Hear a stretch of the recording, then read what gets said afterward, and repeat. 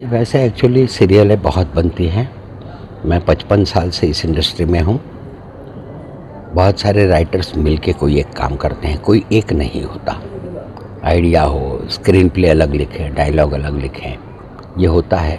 शुरुआत के जो सीनियर डायरेक्टर होते हैं या सीनियर राइटर होते हैं, शुरुआत के एपिसोड में वो अपना काम करते हैं। बाद में तो क्या होता है कि ये डेली सीरियलें होती हैं।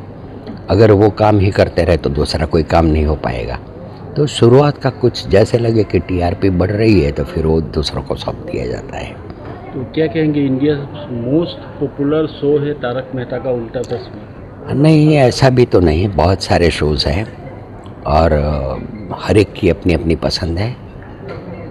कुछ शोज़ ऐसे हैं जो बच्चों को ज़्यादा पसंद आते हैं, कुछ शोज़ ऐसे होते हैं जो गृहिणियों को ज़्यादा पसंद आते हैं, औरतों को।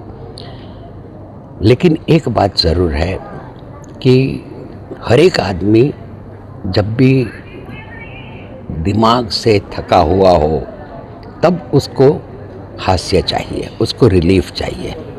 तो रिलीफ के लिए ऐसे कॉमेडी शोज़ होते हैं वो ज़्यादा पसंद आते हैं। अगर कॉमेडी शो है लेकिन उसमें एक सीख मिलता है तो जी, हर एक में देखिए सीख हर जगह होती है। फैमिली शोज़ लीजिए, उसमें भी सीख होती है, कॉमेडी में भी। क्योंकि वैसे कोई भी नाटक हो या सीरियल हो, है तो समाज का आईना। और सही कलाकारों का धर्म ही यही है कि समाज को आईना दिखाना, समाज में जो अच्छाई है उसको उजागर करना, समाज में जो भ्रम फैला हुआ हो, बुराइयां हो, उसको समाज के सामने लाना और उसको सुधारने की सीख देना। यही तो हर एक, चाहे वो नाटक हो, सीरियल हो या फिल्म हो, बात तो वही। अब देखिए, थाली में परोस के देना होता है, किसको क्या लेना है वो तो उस पर है जो खाने वाला है। ठीक है। संस्कृति संगम ये 14वां नेशनल और इंटरनेशनल कंपटीशन है। यहाँ पर मुझे अक्सर बुलाते रहते हैं, मैं बतौर निर्णायक आता हूँ। बहुत बहुत अच्छा लगता है जब छोटे छोटे बच्चों को उनकी कला को निखारने के लिए यहाँ स्टेज दिया जाता है।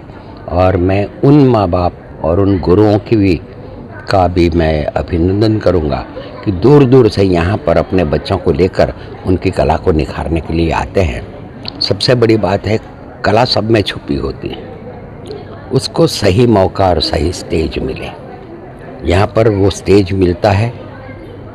मैं यहाँ पर जो कुछ भी जानता हूँ बच्चों को बताता रहता हूँ, इसी बहाने उनकी कला को निखार आए।